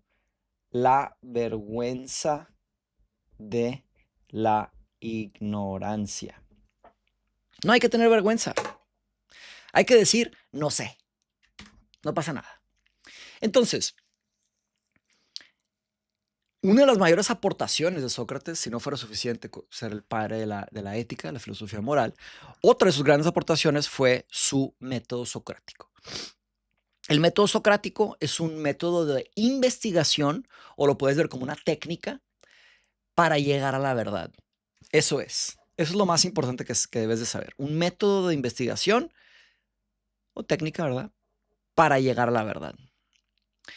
No lo debes de confundir con mayéutica, aunque a veces lo usan como sinónimo. Hay gente que dice que el método socrático es una mayéutica.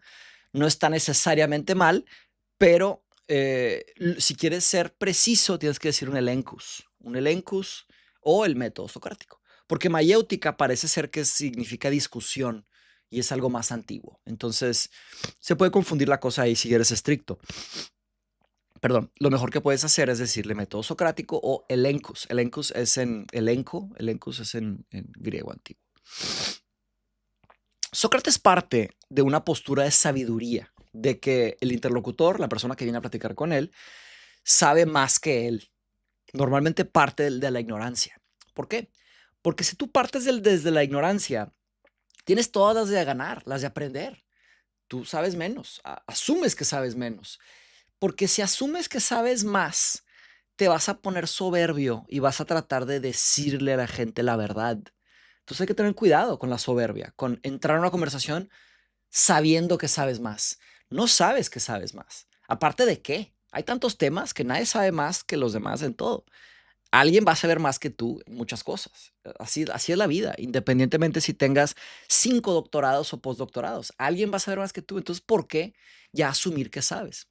Te acercas a una conversación con la postura del estudiante, del que quiere aprender, ¿no? Entonces, así es como tienes todas las de ganar, tienes todas las de aprender, ¿verdad? Ganar sería aprender en esta situación o llegar a la verdad. Entonces, platicas y juntos se acercan a la verdad. Eso hacemos en clase. Yo tampoco les vengo a decir, la verdad absoluta es esta. tienes que memorizarte esto. No, no, no. Yo he hecho estos cursos, he hecho un largo diseño, una larga investigación por muchísimos años. Me he formado y formado y me he criticado a mí mismo. Me han criticado miles de veces y he comprado los libros y he criticado a los autores hasta que llego a algo. Pero esa no es la verdad absoluta. Esto es lo mejor que sé y que puedo presentarte. Ya te toca a ti hacerme las preguntas y ver qué sí sé y qué no sé y justificarte. Yo no solo digo lo que sé, yo justifico cómo lo sé, de dónde viene, piénsalo, pregúntalo, medítalo, etcétera, ¿verdad? El método socrático es la base del mundo académico, perdón. Es la base de lo que después se llama la dialéctica platónica. Luego llegaremos a eso, la dialéctica en sí. Pero bueno, normalmente estas situaciones, estos métodos socráticos, estos elencos, llegan a un momento incómodo. Y por eso le llaman mantarraya, porque la mantarraya pica a sus presas, por así decir. Pero no es que sean presas. Cuidado, los apodos también están un poquito exagerados. Cerramos con una frase que yo veo como un... No, no cerramos. Cerramos esta parte de la clase, porque continúa la clase, con una frase de Descartes, filósofo y matemático francés, que es un tipo de provocación. Disculpen una alarma. Así es la vida. Las alarmas ayudan a organizarnos, ¿verdad? Pero en fin, la frase es esta, y es una provocación, van a ver por qué. Esa frase de Descartes dice, debemos darnos cuenta de lo importante que es continuar la búsqueda de esas verdades éticas. Y a qué alto grado de sabiduría y a qué perfección y felicidad de vida pueden llevarnos estas verdades. ¿Qué es una verdad? ¿Qué es la verdad? ¿Sabes qué es la verdad? ¿Cómo sabes?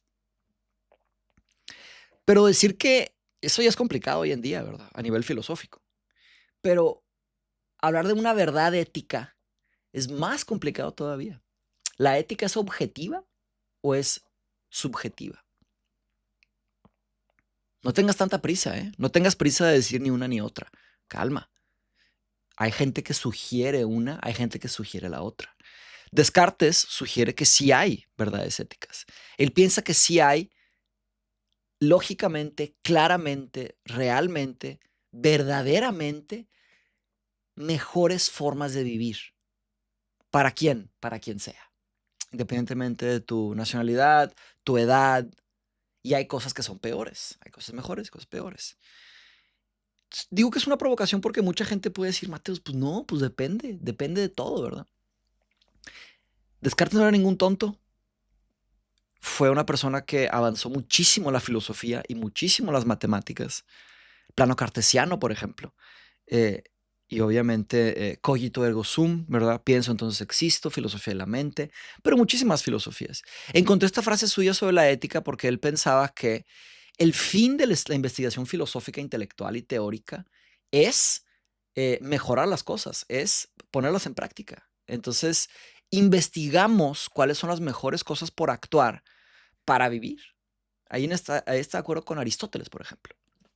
Entonces, él piensa que si encuentras esto, te va a llevar a una mejor, mayor sabiduría y eso te va a llevar a una mejor vida, una felicidad de vida. Entonces, insisto en que esta frase es relevante. Me gustaría retomarla en otra ocasión, tal vez en un video o algo.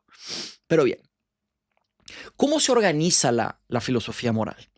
Quiero que hablemos un poco ahora sobre la manera en la que funcionan los subcampos de la filosofía moral hoy. Está la ética y están los subcampos de la ética. Ética y filosofía moral son lo mismo. No se preocupen, son diferentes formas de decir la misma cosa. Entonces, los académicos han organizado todo esto a través de los años. Quiero hablar un poquito sobre la clase 1, la clase que vamos a tener. Se las voy a tener el 1 de febrero. Para los que paguen y entren al grupo, se las voy a subir el 1 de febrero. Entonces, se llama El Bosque. Y en esa clase vamos a ver el mapa, vamos a entender cómo funciona los subcampos de la filosofía moral. Les traigo una definición de filosofía moral. La filosofía moral es el campo de la filosofía que consiste en sistematizar, hacer sistemas, criticar y construir sistemas, defender, es decir, justificar, argumentar, dar razones claras, y recomendar, es decir, proponer, decirte qué podrías hacer. Conceptos de comportamiento correcto e incorrecto. Bien. Si no te gusta la palabra conceptos, puedes decir ideas, argumentos, propuestas para actuar lo que piensas que está bien, lo que está mal, pero también estudia el carácter, estudia lo que es una buena vida. Se organiza en 4 subcampos. Luego en la clase 1 lo vamos a ver con calma, pero es la metaética, que hace las siguientes preguntas. Oye, la ética o la filosofía moral, ¿todo eso son invenciones sociales? ¿Lo inventa la sociedad? ¿O están en la realidad? Está en la estructura metafísica de la realidad. Todo eso se trata de expresar emociones. Cuando dices que algo está bien o está mal, ¿estás expresando una emoción? ¿O estás diciendo una idea? ¿O es algo lógico? ¿Qué es eso cuando dices que algo está bien o está mal? ¿O todo eso es la voluntad de Dios? ¿Hay un Dios o no hay un Dios? Esa es una pregunta diferente, ¿verdad? Es teológica o metafísica, ¿verdad? Que si estamos en el tipo de universo que hay un Dios, o estamos en el tipo de universo que no hay un Dios, o muchos dioses. Entonces la ética puede ser vista como lo que Dios quiere. Es lo correcto, es lo que Dios quiere, es la verdad. Otra pregunta. ¿Cuál es el rol de la razón en la ética? Esto nos lleva a un cognitivismo moral o un no cognitivismo moral. Lo otro es la definición, ¿no? La metaética. La metaética estudia las raíces y las bases y la estructura del universo alrededor de la ética. Es un campo fascinante, es un subcampo fascinante. ¿Qué significa que algo esté bien o mal? Si te vas a la raíz o a la historia, la etimología, etc. Y luego si hablas de valores, luego platicaremos de valores en el curso, ¿son absolutos o son relativos? ¿Hay una serie de valores que ya están establecidos o están relacionados a algo? Entonces, eso es la metaética. Segundo, la ética normativa. De nuevo, en la clase 1, esa es la clase 0, la clase 1 va a estar, vamos a meterle doble clic a cada uno de estos. ¿Okay? La ética normativa es una serie de normas y criterios para regular el comportamiento ético. Son normas, normativa. Entonces, ¿cuál es tu criterio para decir si algo está bien o está mal? ¿Te fijas en las consecuencias? ¿Te fijas en tus deberes? ¿O en el contrato, verdad, social? ¿O en las virtudes? Ahí dije las 4, ¿no? Son las 4 grandes éticas normativas. Las teorías de virtud, que empieza con los griegos, viene de la virtud, arte, que sería una excelencia de carácter. Luego platicaremos de todo esto. Esto es una introducción, ¿verdad? Las teorías del deber. El más famoso es Kant, pero Pufendorf, otro filósofo alemán, son teorías del deber. Deon es deber en griego antiguo. Deontología. Logía es la búsqueda de las mejores explicaciones racionales de los deberes, ¿verdad? Entonces, fíjate en tus deberes y vas a ver qué hacer. Están las teorías consecuencialistas. Y está, que sería, fíjate en la consecuencia y te diré qué tienes que hacer. Y están las teorías de contrato social, que es básicamente, fíjate en lo que le debes a la sociedad o tus deberes sociales y vas a saber qué hacer. Tercero, la ética aplicada. De alguna manera yo me estoy especializando en la ética aplicada. Sería la filosofía moral aplicada a otro campo. Por ejemplo, lo que yo hago es la ética de la tecnología, en específico la ética de la inteligencia artificial. Ahí es donde yo estoy dedicando mucho de mi trabajo. Pero no solo eso, ¿verdad? Porque yo enseño filosofía de forma general, lo hago constantemente, como esto, filosofía pura, para poder ser mejor a la hora de aplicarla. Pero la ética aplicada, hay unos ejemplos. La ética de la tecnología, la ética de la psicología, la ética de la medicina, la ética de los negocios, la ética animal. Muchas éticas, ¿verdad? Y hay muchas más. Sería usar toda la maquinaria que sabes de ética para aplicarla a un concepto, a una disciplina, a un campo. Y la cuarta es la ética descriptiva. La ética descriptiva es la más joven, es el subcampo más joven. Por consecuencia, pues hay menos, ¿no? Lógicamente hay menos. Estoy un poquito cortado. Hay menos, ¿cómo se dice? Material, ¿verdad? Pero la ética descriptiva se dedica a hacer como Estadística, estudios empíricos, ¿verdad? Buscando evidencia, entrevistando gente y describiendo lo que es la ética. Entonces la pregunta sería esta. La ética descriptiva busca responder cuáles son, si es que hay, no asume que hay, patrones y tendencias de, yo le llamo esferas éticas. Por ejemplo, ¿cuáles son los patrones y tendencias del comportamiento de las personas en Coahuila? Coahuila es un estado en México.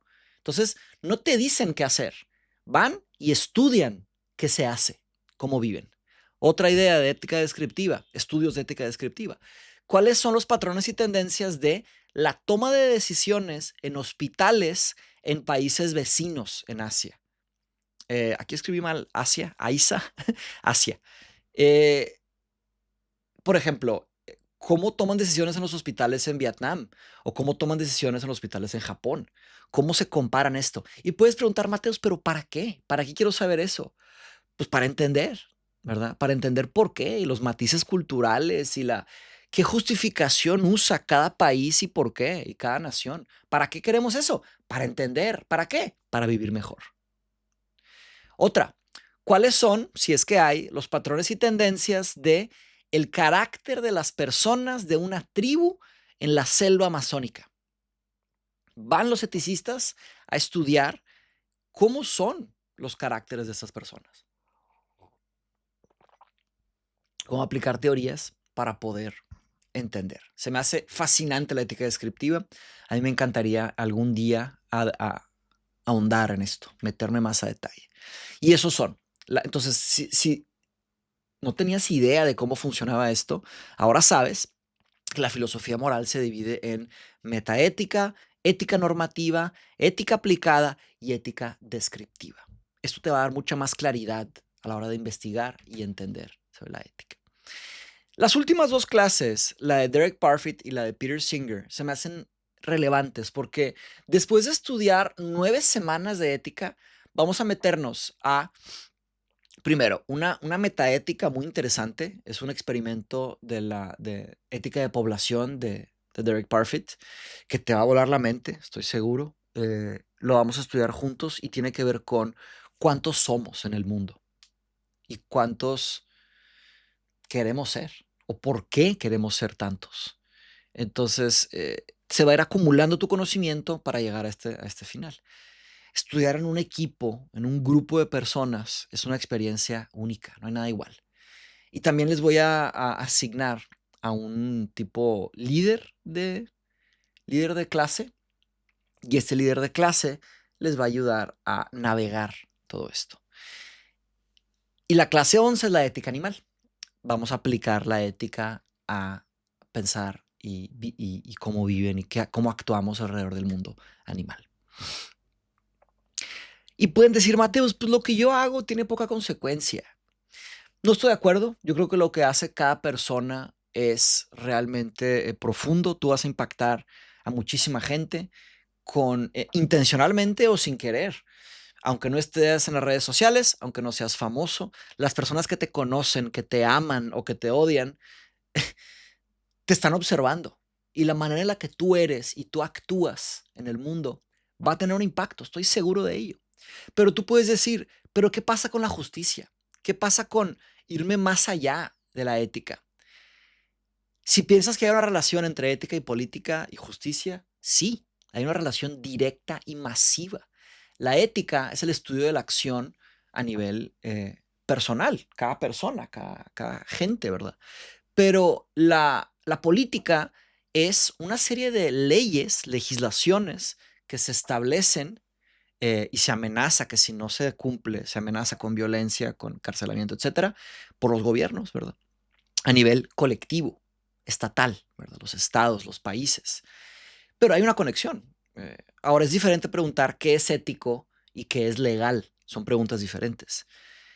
Estar dentro de la ley no garantiza que seas una buena persona o que seas ético. Disculpa, no es cierto. Es muy diferente ser una persona que no rompe la ley a ser una persona justa, una persona ética. Hay todo tipo de formas de seguir la ley, pero ser una persona horrible, una persona vergonzosa, asquerosa, deplorable. Estudiamos ética para mejorar las políticas.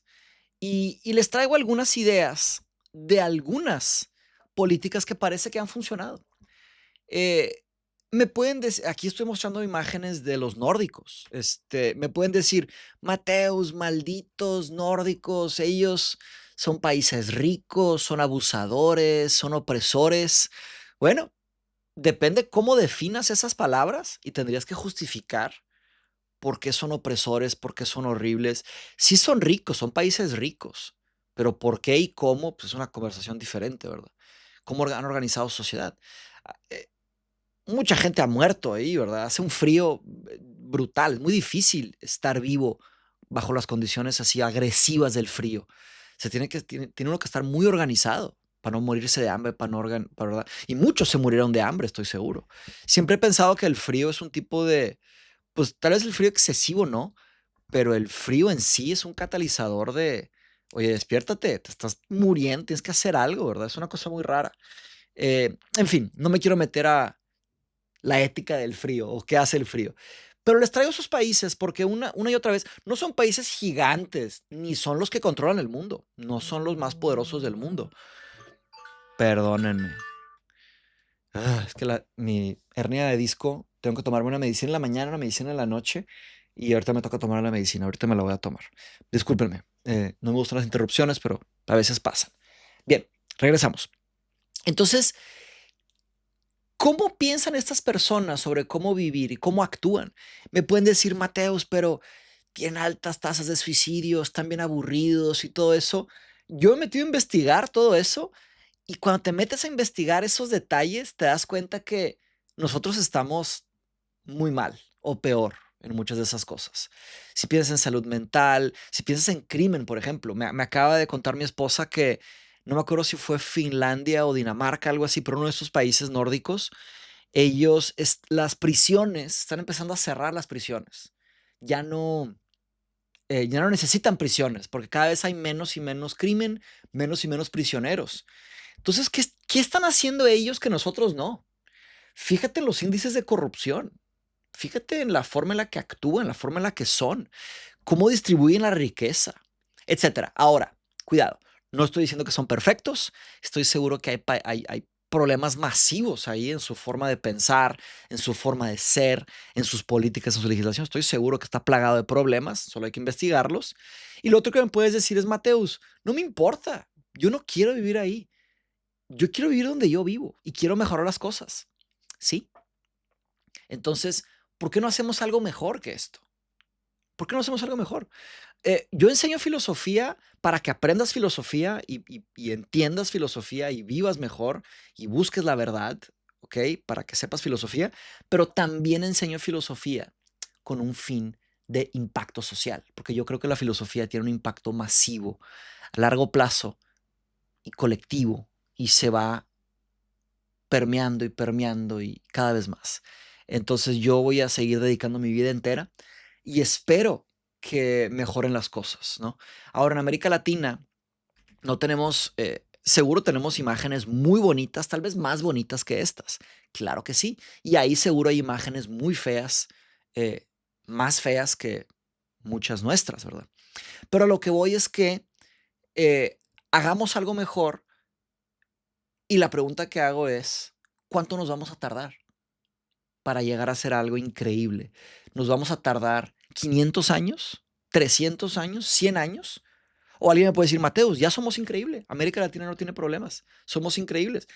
Fíjate en mi familia no tenemos problemas. En mi vecindad, mi alcalde, mi municipio, todo está conectado. La manera en la que tú piensas y actúas se va a ir conectando con muchísima gente y esta forma en la que conectas con la gente va a conectar con otros. ¿Cómo le enseñas a tus hijos?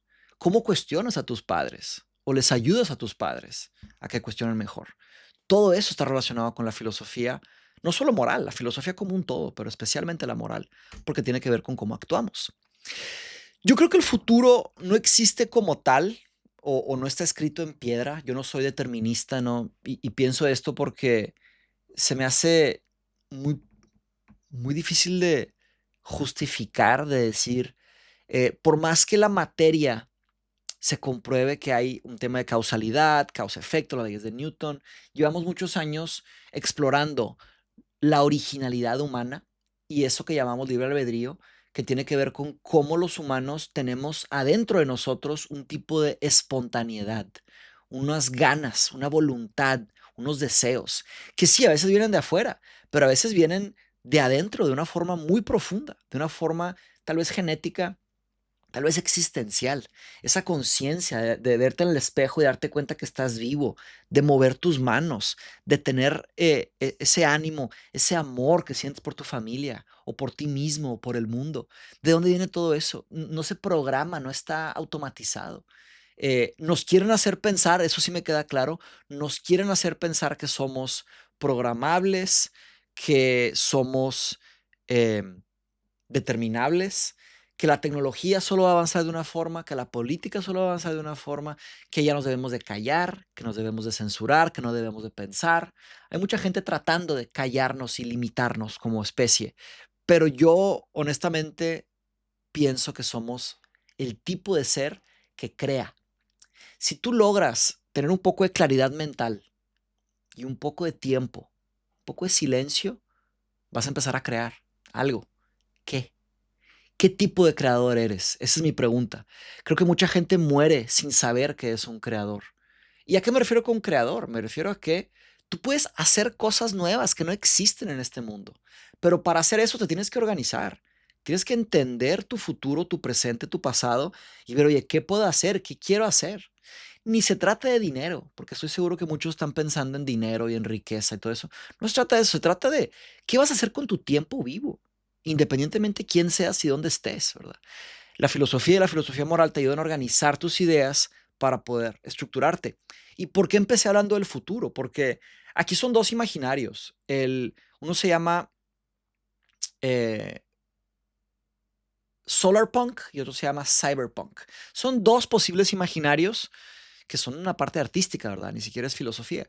Pero ambos tienen mucha tecnología. A mí me queda claro que la tecnología va a seguir avanzando, pero ¿qué se va a hacer con el producto que hace la tecnología, con las riquezas que produce la tecnología?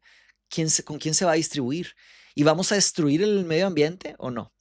Solarpunk es una, y hay otros, ¿eh? No son solamente dos. Esto es una falsa dicotomía. Estoy proponiendo dos y tampoco va a ser así, ¿eh? Créanme que el futuro va a ser algo. No tenemos cómo imaginar lo que va a ser el futuro. Tenemos más o menos ideas. En fin, uno más en armonía con la naturaleza y la tecnología, un poquito más justo, más distribución. El otro completamente gris, en desacuerdo, probablemente contaminado, probablemente sucio, injusto. ¿Quién sabe? Y si puedes decir, pues tal vez entre los dos, el futuro va a ser una mezcla de los dos. No necesariamente. No, eso también sería eh, una falsa generalización, o una conjetura, más preciso. Una conjetura, que no hay suficiente evidencia. En fin, ¿cómo hace el futuro? Depende de ti, depende de mí, depende de todos nosotros. Depende de los gobernantes que acabemos defendiendo, los líderes que acabemos atacando, criticando, apoyando, etcétera. Hay una larga lista de contingencias. Hay una conversación en la filosofía moral muy antigua, por lo menos desde el siglo XVIII, entre la deontología y el consecuencialismo. Vamos a platicar sobre esto. Vamos a platicar sobre este tipo de lucha o dialéctica moral, esta combinación de problemas morales. Está Kant, por un lado, con la deontología, que él piensa que lo que debemos de hacer es nuestro deber moral, tu deber, lo que tienes que hacer. Jeremy Bentham y John Stuart Mill piensan, por otro lado, que lo que debes de hacer depende de tus consecuencias. Dime las consecuencias y te digo si lo hago o no. Kant, regresando, piensa que debes de hacer lo correcto, tu deber, independientemente de las consecuencias. No importa las consecuencias que saque esto, tengo que hacerlo. Ese es mi deber. ¿Quiénes estaban bien, quiénes estaban mal? No te voy a decir y ni sé, ¿verdad? Y no creo que nadie sepa. Hay gente que los defiende de un lado a otro. ¿O por qué hablar de estos? ¿Por qué no hablar de otros? A lo que voy con esto es que este curso se va a tratar de 11 semanas de estudio teórico e invitaciones prácticas a que practiques en tu vida de filosofía moral. Yo no voy a indoctrinarte de decir, tienes que pensar así y se acabó. No, vamos a explorar muchas. Y te toca a ti decidir cómo vivir. Eres el único que puede decidir cómo vivir. Ahora también están los cínicos. También vamos a estudiar a los cínicos, a los escépticos. Nietzsche, por ejemplo. Y me equivoqué cuando dije que Simone de Beauvoir era del siglo XIX. No, Simone de Beauvoir del siglo XX, perdóname. Nietzsche siglo XIX, Kant siglo XVIII. Discúlpeme. Esta frase viene de Nietzsche, que me gusta mucho y lo he estudiado mucho, lo respeto mucho, pero también tiene muchas limitaciones, lo platicaremos en clase.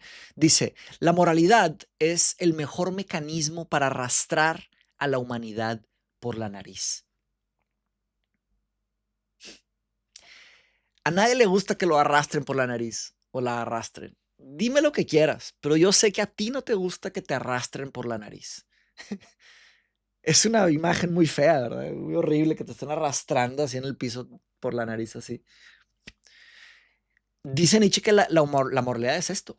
Entonces, ahí dice, espérate, ¿me están arrastrando por la nariz? ¿Quién? Hay muchas moralidades implícitas en las costumbres, las religiones, las culturas, las políticas, las economías. Hay moralidades por todos lados. Según Nietzsche, nos están diciendo qué está bien y qué está mal. Y al decirnos eso, nos están controlando.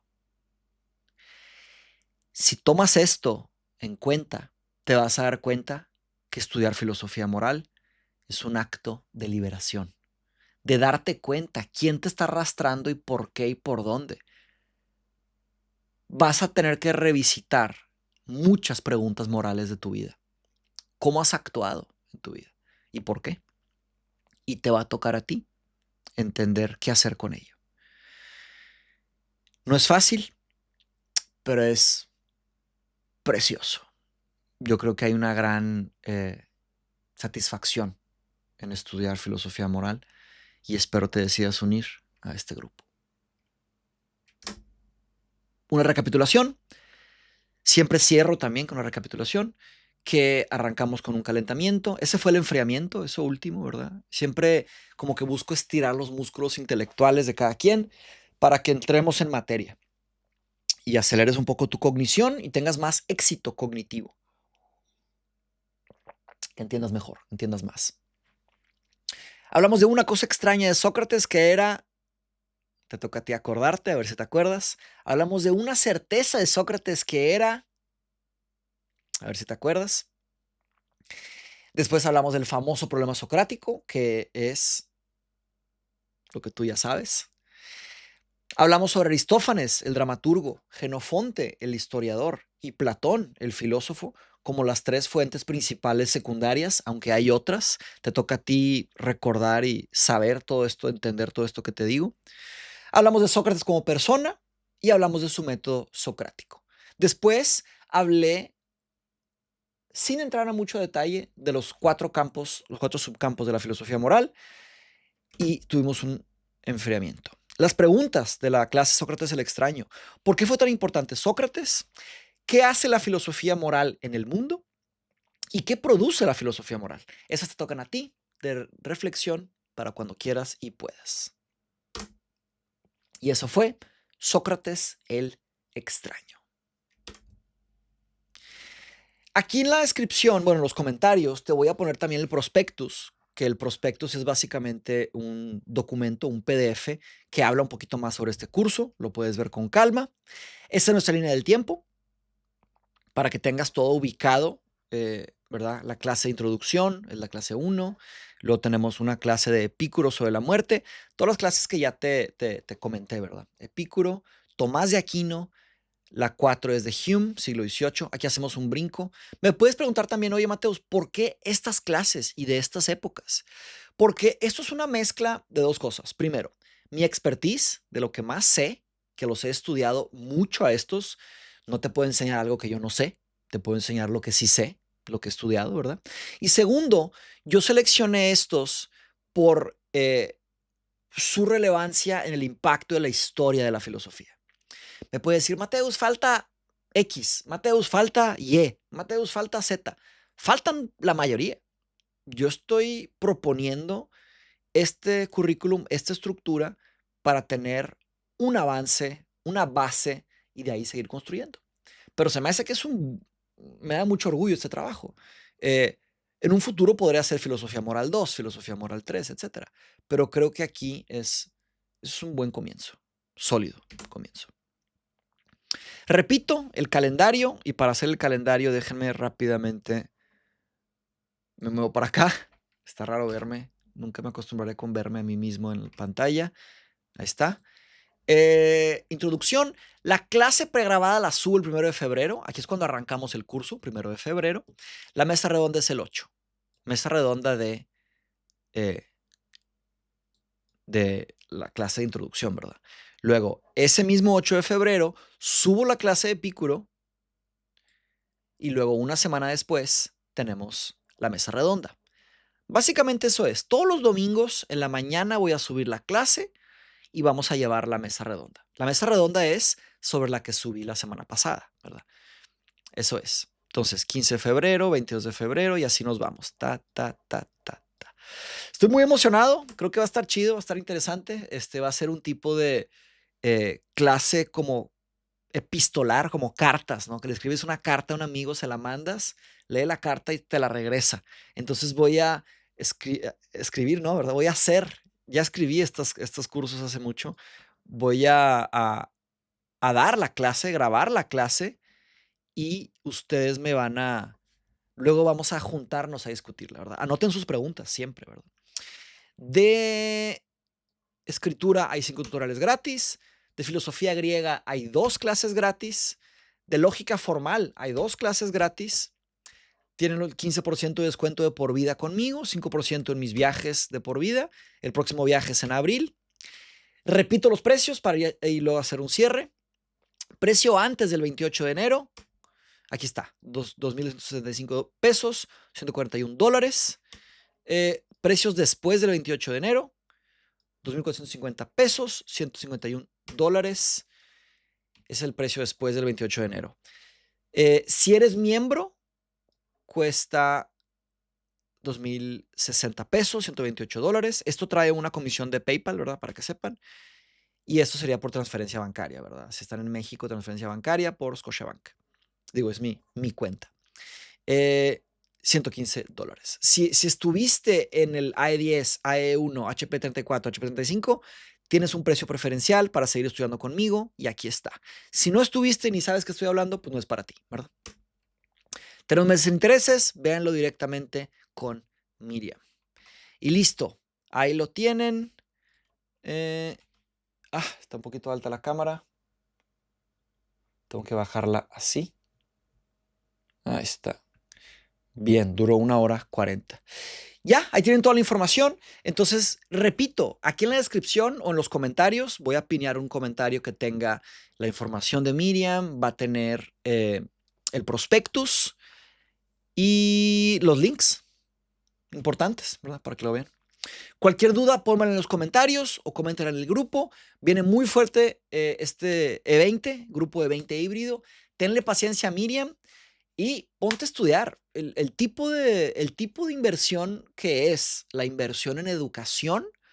No es como invertir en un terreno o invertir en acciones. No, porque esas son inversiones pasivas. Tú no haces nada. Nada más pones la lana. Lo difícil es tener la lana, ¿verdad? Cuando inviertes en tu educación, en tu formación personal, pagas, ¿verdad? Pero tienes que meterle de tu tiempo. Mientras más le metes de tu tiempo, más le metes de dedicación y convicción y repetición y disciplina, más le sacas. Así es esto. Y lo he visto una y otra vez. Hay gente, bueno, verán los testimonios que hay por ahí. Publicaré pronto testimonios nuevos.